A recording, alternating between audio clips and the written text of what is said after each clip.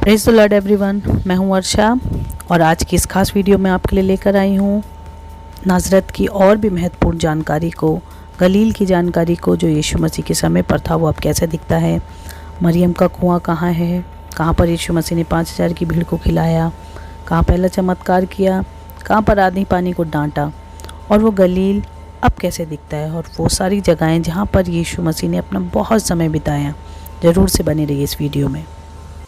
इससे पहली वीडियो में हमने बहुत सी जानकारी को प्राप्त किया और आज इस खास जानकारी को हम इस वीडियो में देखेंगे। जैसे कि आप देख रहे हैं,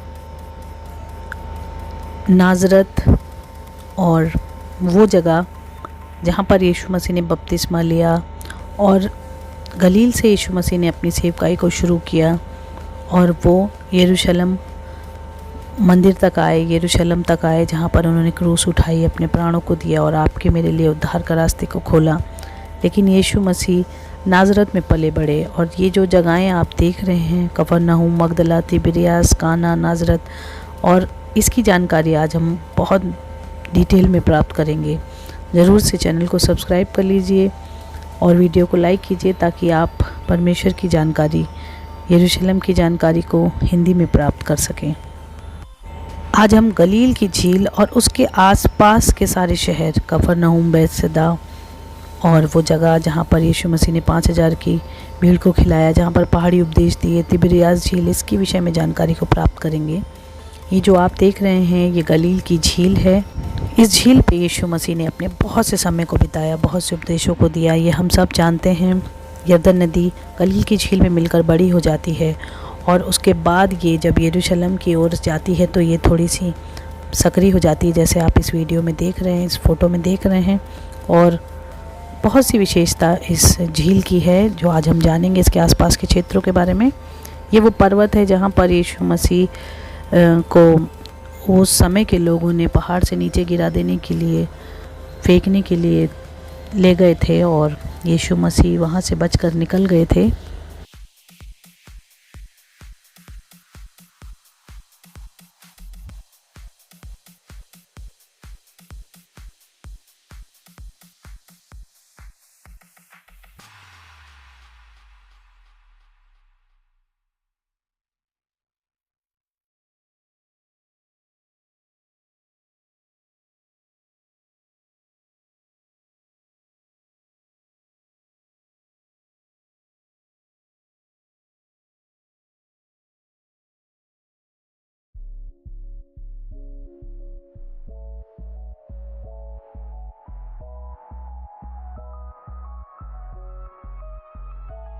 है कि दूसरे दिन यीशु मसीह को उसने अपनी ओर आते देखा, उसने बपतिस्मा दिया और आकाश में कबूतर की नई पवित्र आत्मा यीशु मसीह के ऊपर उतरा। तो उसने सब लोगों को जो बपतिस्मा लेने आ रहे थे, तो उसने कहा कि जिसने मुझे बपतिस्मा देने भेजा है, उसने बताया कि जिसके ऊपर तुम कबूतर को उतरते हुए देखोगे वही पवित्र आत्मा से बपतिस्मा देने वाला होगा। और 34वां पद बता रहा है, और मैंने देखा और गवाही दी कि यही परमेश्वर का पुत्र है।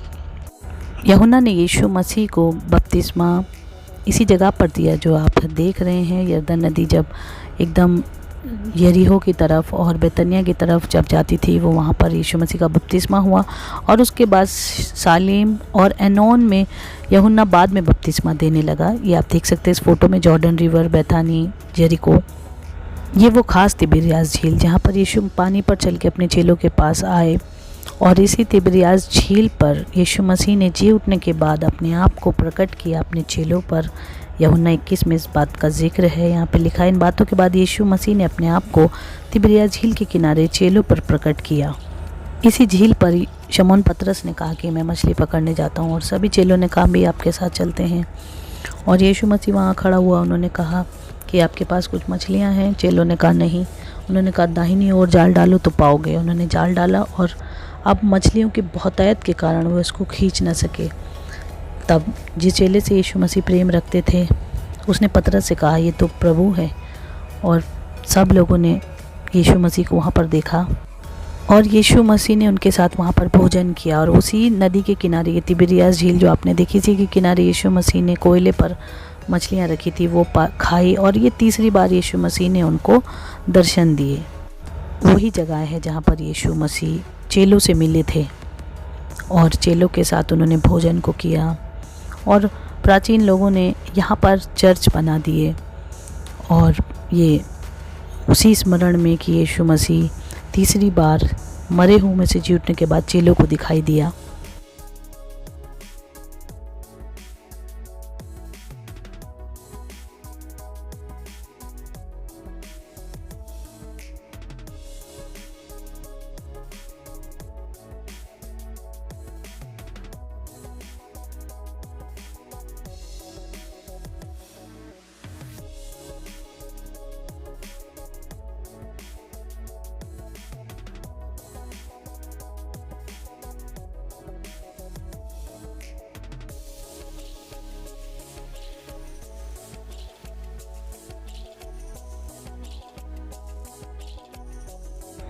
और यीशु मसीह मगदल आए, और माना जाता है कि मरियम मगदलिनी यहीं की निवासी थी, और उस जगह पर एक चर्च और एक घर भी मौजूद है जो यीशु मसीह के समय का है। और माना जाता है कि ये वो जगह है जहाँ पर मरियम मगदलिनी रहती थी, और यहाँ पर यीशु मसीह आते जाते थे, क्योंकि मरियम मगदलिनी प्रभु की सेवकाई में उनके साथ साथ चलती थी, और जहाँ जहाँ यीशु मसीह जाते थे वहाँ वहाँ वो जाती थी।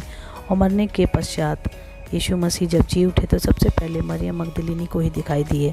इसीलिए मगदला वो शहर है जो मरियम मगदलिनी से संबंधित है।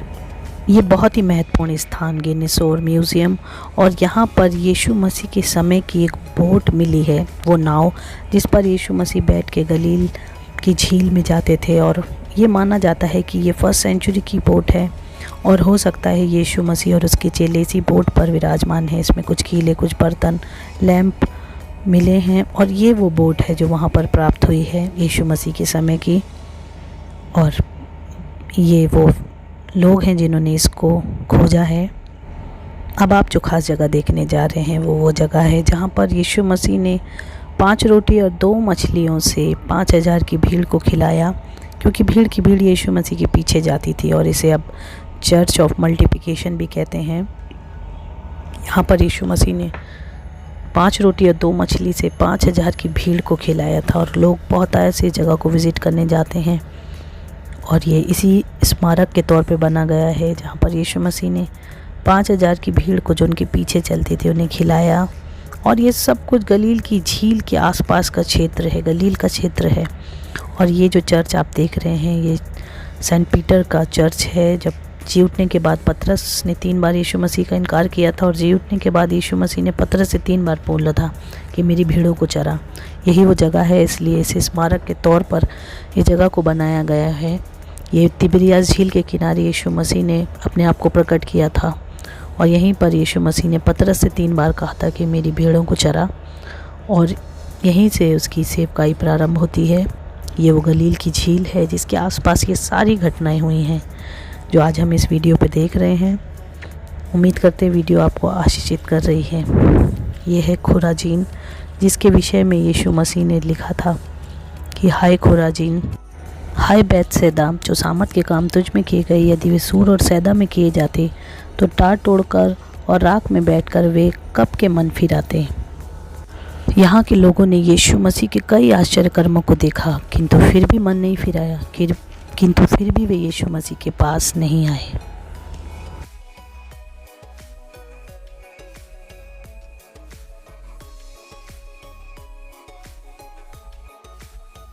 मत्ती 5 और उसका कुछ पद यूँ बताते हैं कि वह उस भीड़ को देखकर पहाड़ पर चढ़ गया, और यही वो पहाड़ है जहाँ पर यीशु मसीह ने इस पहाड़ी उपदेश को दिए कि धन्य है जो मन के दीन है, क्योंकि स्वर्ग का राज्य उन्हीं का है।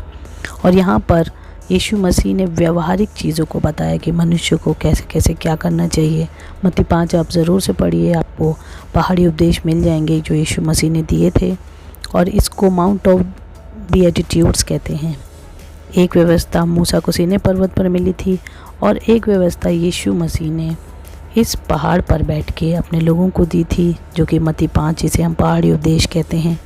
और गलील की झील के पास ये पहाड़ है, और यहाँ पर बड़ा खूबसूरत नज़ारा है देखने को मिलता है। बहुत से लोग यहाँ पर आते हैं। आज हम इस वीडियो में यही चीज़ों को देख रहे हैं।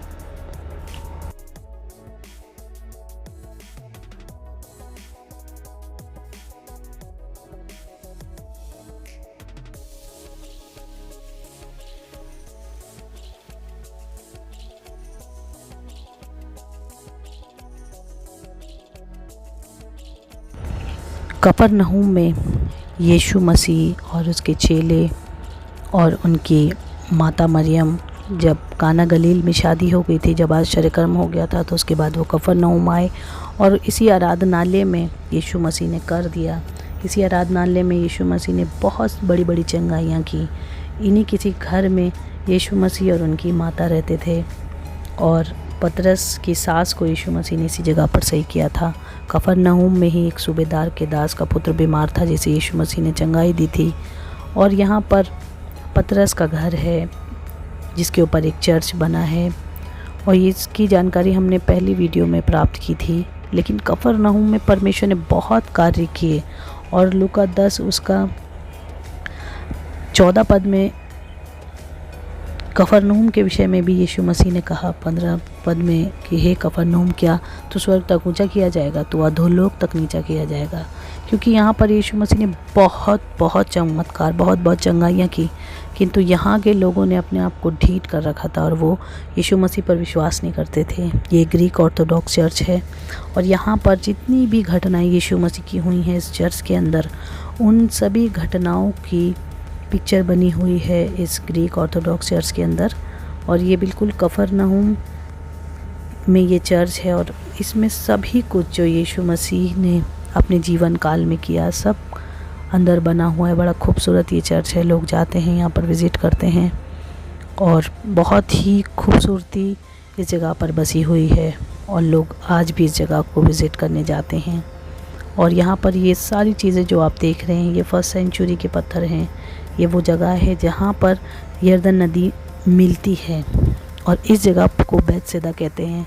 और बैतसैदा का निवासी अंद्रियास, फिलिपुस और पतरस थे। और बैतसैदा में ही परमेश्वर ने एक अंधे को चंगाई दी थी, जो कि आपको मरकुस की पुस्तक में मिलेगा 8वें अध्याय और उसके 22वें पद से आगे। और यहाँ पर इस जगह पर यीशु मसीह ने एक अंधे को चंगाई दी थी और ये पतरस का यहीं का निवासी था। यहाँ पर एक चर्च भी है और ये जो आप देख रहे हैं दीवार यीशु मसीह के समय की है और ऐसा माना जाता है कि यीशु मसीह यहाँ पर ज़रूर आए होंगे। तो ये वीडियो बहुत ही ख़ास है, इसमें हम गलील के क्षेत्रों की जानकारी को प्राप्त कर रहे हैं। ये सब जगह वो हैं जहाँ यीशु मसीह चले थे, अपने पैरों से चले थे और इन जगहों को यीशु मसीह ने विज़िट किया था। और ये जो आप कुर्सी देख रहे हैं, ये गिरेसनियों का वो देश था जहाँ यीशु मसीह ने एक मनुष्य में से सेना को निकाला था, दुष्ट आत्माओं को, और यीशु मसीह इस जगह पर आए थे। यहाँ पर भी एक चर्च था इसी के स्मारक में, अब तो नहीं है, अब उसके कुछ खंडर मौजूद हैं, लेकिन ये वो जगह है जहाँ पर यीशु मसीह ने एक सेना को निकाला था दुष्ट आत्माओं के रूप में और बहुत ही अद्भुत रीति से यीशु मसीह ने उसको निकाला था। और इसके बगल में एक ताबोर पर्वत है जहाँ पर यीशु मसीह का रूपांतरण हुआ था। और एक गलील बहुत ही ख़ास क्षेत्र है जहाँ पर यीशु मसीह ने अपनी सेवकाई को शुरू किया। आप मत्ती, मरकुस, लूका, यूहन्ना की पुस्तक को ध्यान से पढ़ें तो आप इस वीडियो में दिखाई गई एक एक जगह को आप पा सकते हैं। अपनी बाइबल स्टडी कीजिए, यूहन्ना की पुस्तक को पढ़िए, उसमें आपको ये सारी जगहें मिल जाएंगी जो हमने देखा यीशु मसीह के समय से अब तक वो कैसी दिखती है, गलील कैसा दिखता है। ये वो पर्वत है जिसको यीशु मसीह ने कहा था कि जो नगर ऊंचे पहाड़ पर बसता है वो छुपाया नहीं जाता, और ये सबसे ऊंचा स्थान था। और यहाँ पर भी एक चर्च था। ये जो आप पत्थर देख रहे हैं यीशु मसीह के समय के हैं। बहुत ही कीमती समय यीशु मसीह ने यहाँ पर बिताया और मरने से पहले उन्होंने अपने चेलों को 3 बार यहाँ पर गलील में गवाही दी थी कि यरूशलेम में मुझे दुख उठाना होगा, यरूशलेम में मुझे मरना होगा, किंतु चेलों ने विश्वास नहीं किया। और जब यीशु मसीह मर गए थे उसके बाद भी लोग वापस अपने इसी जगह पर आ गए और यहाँ पर आकर वो फिर से वही काम करने लगे। लेकिन यीशु मसीह ने जी उठने के पश्चात तीसरी बार वो चेलों को यहीं पर दिखाई दिया और उन्होंने अपने चेलों को ढाढ़स बंधाया और उसके बाद उनसे कहा कि यरूशलेम को मत छोड़ो क्योंकि वहाँ तुम सामर्थ पाओगे। और ये जो आप देख रहे हैं ये नासरत में मरियम का कुआं है और प्राचीन काल में ये कुछ इस तरीके से दिखता था, लेकिन अभी ये कुछ इस तरीके से दिखता है। और सिर्फ नासरत में एक ही कुआं है, इसलिए ये विश्वास है कि यीशु मसीह, यूसुफ और मरियम यहीं से पानी भरते थे। और महज 15 साल की लड़की थी मरियम जब जिब्राइल स्वर्गदूत ने उनको दर्शन देकर कहा कि आप माँ बनोगी परमेश्वर के पुत्र की। और वो 15 साल की एक कुंवारी थी और उन्होंने परमेश्वर की दासी होके उस चीज़ को एक्सेप्ट किया। और वो किस तरीके से अपने आप को छुपाती होगी, पानी भरने जब आती होगी, लोग उनकी मजाक करते थे, परेशान करते थे उनको, किंतु परमेश्वर ने उनको आदर दिलवाया। और यूसुफ भी नासरत का निवासी था। उनको जब पता चला कि उनकी मंगेतर गर्भवती है तो उन्होंने छोड़ने की मनसा की, किंतु परमेश्वर के दूत ने स्वप्न में उन्हें चिताया और वो अपनी पत्नी मरियम को अपने यहाँ ले आए और उनको वो आदर दिया। और यीशु मसीह अपनी माता मरियम के साथ इस जगह पर पानी भरने आते होंगे। और ऐसा माना जाता है कि मरियम को जिब्राइल स्वर्गदूत ने 2-3 बार दर्शन दिया, क्योंकि पहली बार वो बहुत भयभीत हो गई थी, वो डर गई थी। और नासरत में ही 2 जगहें ऐसी हैं जहाँ पर ये माना जाता है कि ये चर्च ऑफ अनाउंसमेंट है। एक ऑर्थोग्रीक चर्च है और ऑर्थोडॉक्स ग्रीक चर्च, और एक है कैथोलिक का। ये 2 वो जगहें हैं जहाँ पर ये मान्यता है कि यीशु मसीह के जन्म की घोषणा यहाँ पर हुई है। लेकिन ये वो कुआं है और ये एक ही कुआं है नाज़रत में। तो ये वो समय का है जब मरियम और यूसुफ यहाँ से पानी भरते होंगे। मैं पुरानी फ़ोटो लगा दूँगी, आप देख सकते हैं। कुछ इस तरीके का दिखता था, लेकिन आधुनिक काल में कुछ इस तरीके का दिखता है। ये church of announcement Orthodox Greek, जहाँ पर ये मान्यता है कि मरियम को जिब्राइल स्वर्गदूत ने दर्शन दिया था इस चर्च के अंदर कि वो परमेश्वर के पुत्र की माता बनेंगी, जो आप देख रहे हैं इस समय पर। और नासरत बहुत ही छोटी जगह उस समय हुआ करती थी। और जैसे मैंने आपको बताया कि मरियम सिर्फ 15 साल की थी जब उन्होंने इस बात को एक्सेप्ट किया जो परमेश्वर ने उन पर प्रकट की।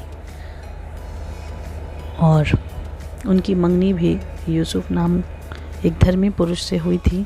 और यूसुफ उस समय पर बहुत ही धर्मी था और नासरत उस समय पर बहुत ही छोटी जगह हुआ करती थी। और नतनएल को जब फिलिपुस ने बताया तो नतनएल ने कहा कि क्या कोई अच्छी वस्तु नासरत से निकल सकती है। उस समय पर नासरत को कोई भी नहीं पूछता था। और आज नासरत को देखने के लिए भीड़ की भीड़ जाती है, क्योंकि हमारे यीशु मसीह नासरी कहलाए। और जैसे मैंने बताया कि वो चर्च है जहाँ पर ग्रीक ऑर्थोडॉक्स की रीति के अनुसार ये माना जाता है कि इसी चर्च के अंदर मरियम ने जिब्राइल का दर्शन पाया।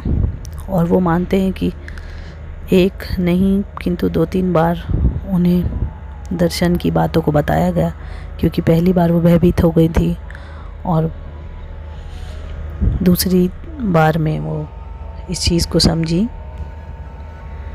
किंतु ये बातें हमको उत्साहित करती हैं कि परमेश्वर हमारा सच्चा है और हमें अपने परमेश्वर पे विश्वास करना है।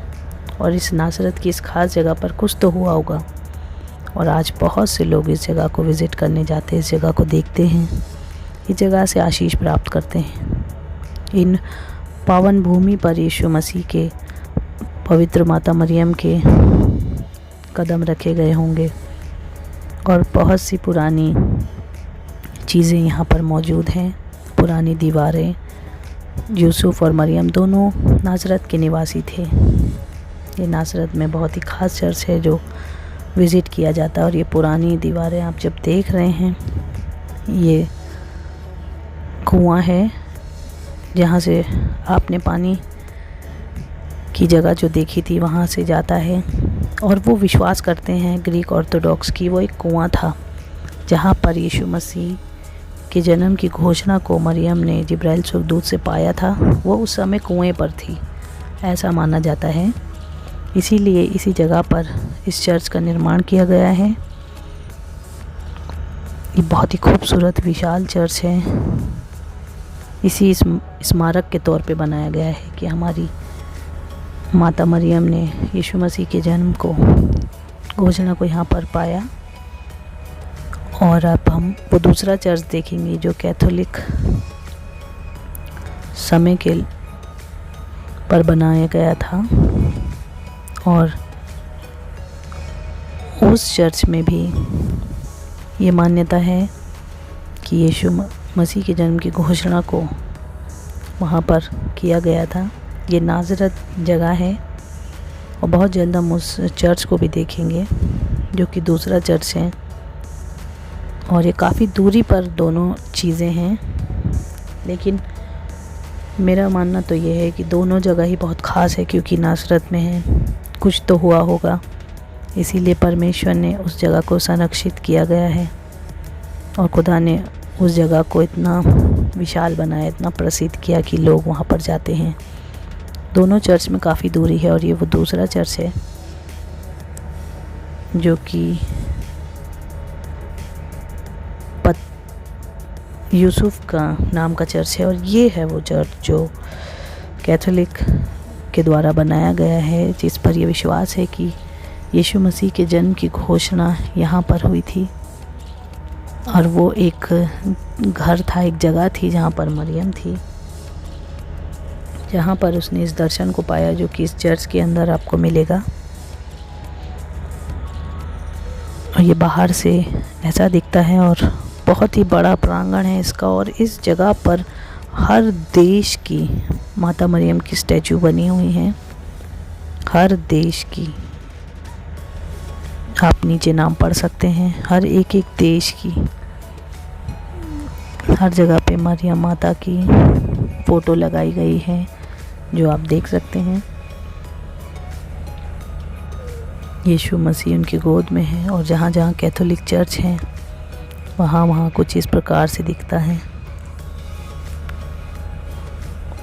और ये बात हमें उत्साहित करती है। काफ़ी दूरी है दोनों चर्च में, लेकिन माना जाता है कि ये वो जगह है कि जहाँ पर जिब्राइल स्वर्गदूत ने माता मरियम को दर्शन देकर कहा था कि वो परमेश्वर के पुत्र की माता बनेंगी। और 15 साल की कुमारी ने इस बात को एक्सेप्ट किया क्योंकि वो परमेश्वर के उद्धार से वाकिफ़ थी। मरियम एक ऐसी स्त्री थी जो परमेश्वर के वचन में बनी रहती थी। परमेश्वर का नॉलेज उनको था, परमेश्वर का ज्ञान वो रखती थी। इसीलिए उन्होंने कहा कि मैं प्रभु की दासी हूँ, मुझे तेरे वचन के अनुसार हो। आज हम भी बहुत सी बातों पर शक करते हैं, किंतु हमें भी परमेश्वर के वचन पर विश्वास करके बस इतना कहना है कि हम परमेश्वर के दास और दासी हैं, हमें परमेश्वर के वचन के अनुसार हो। आज हम अपने मन की करने की कोशिश ना करें, पर जैसा वचन बताता है वैसे करें, तो परमेश्वर हमारे साथ भी अपनी भलाई को जोड़ेगा और अपनी सामर्थ को जोड़ेगा जो वो अपने लोगों के लिए रखता है। ये जगह कुछ भी हो सकती है, लेकिन हमें विश्वास करना है कि हमारे परमेश्वर प्रभु यीशु मसीह को जब उन्होंने उद्धार की योजना के लिए भेजा तो उन्होंने हमारा उद्धार किया। और आज ये जगहों पर लोग जाते हैं, परमेश्वर के नाम की बड़ाई करते हैं, देखते हैं, विज़िट करते हैं। और जब ये जगह नासरत में है तो यहाँ पर कुछ तो हुआ होगा, क्योंकि बहुत सी खोज की जाती है, बहुत से खुदाई की जाती है, बहुत से प्रमाणों को यहाँ पर पाया जाता है। जैसे आप देख रहे हैं इस जगह पर ये यीशु मसीह के स्मारक के तौर पर बनी है।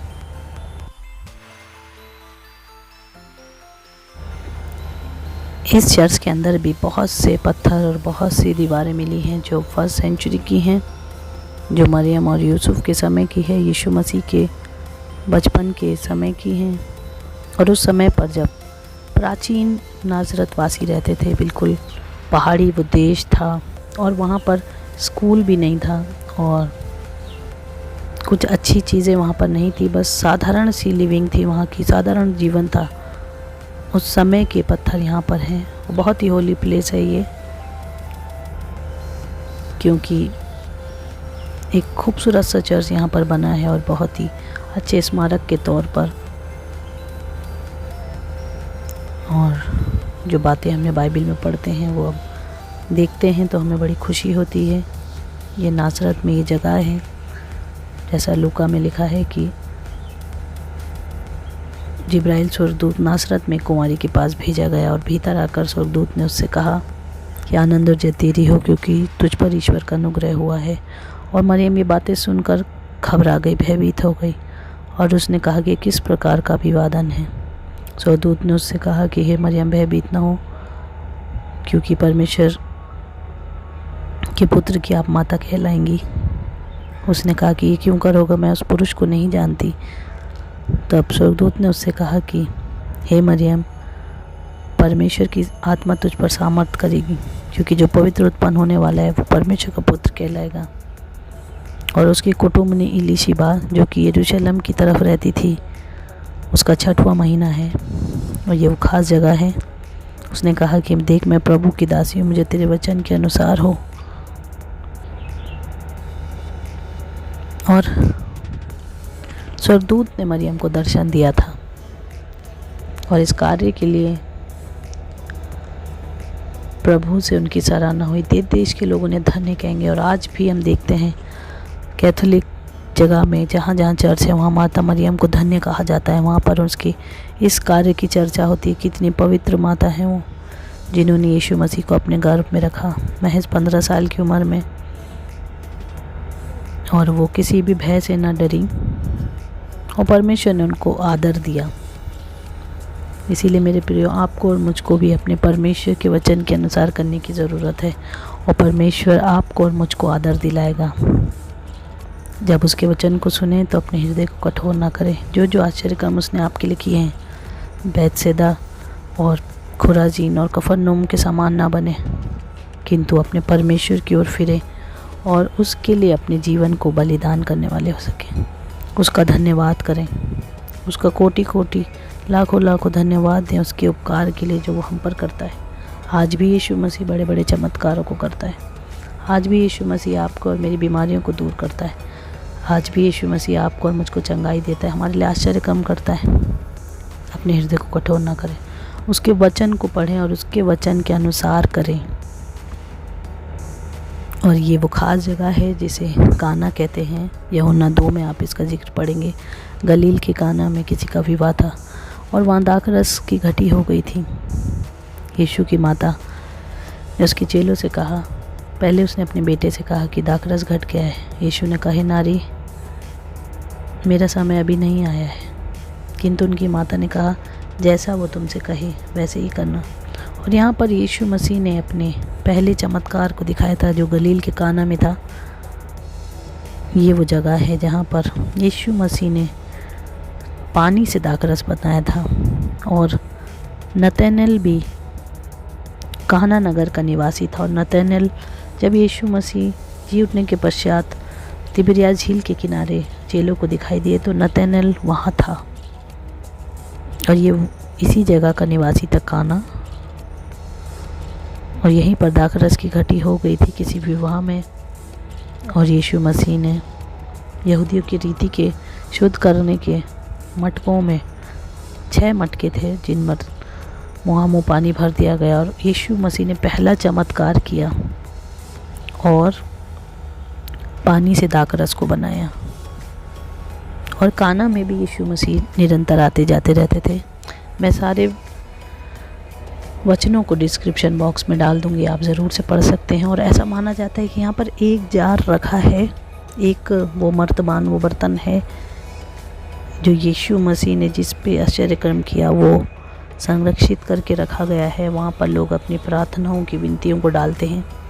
इसी जगह पर यीशु मसीह और उनके चेले आमंत्रित थे। पुराने बर्तन यहाँ पर मौजूद हैं, आप देख सकते हैं। और माना जाता है कि एक जार, उन 6 मटकों में से एक जार, एक मटका इस जगह पर रखा गया है। ये काना नगर की वो जगह है यहाँ पर विवाह था। विवाह के भोज में यीशु मसीह के चेले सब आमंत्रित थे। और उनके चेले गलील के आसपास के ही निवासी थे, सब के सब। ये वो मटका है जो यीशु मसीह के समय से रखा गया है। और इस पे लोग अपनी प्रार्थनाओं की चिट्ठियों को डालते हैं। और माना जाता है कि उन 6 मटकों में से एक मटका ये था। लोग आज बहुत तायत से इस जगह को विज़िट करते हैं, यहाँ से आशीषित होते हैं। उम्मीद करते हैं आपने इस वीडियो से आशीष पाई होगी। ज़रूर से इस वीडियो को लाइक कीजिए, चैनल को सब्सक्राइब कीजिए। खुदा आप सभी के घरानों को सुरक्षित रखे। Praise the Lord.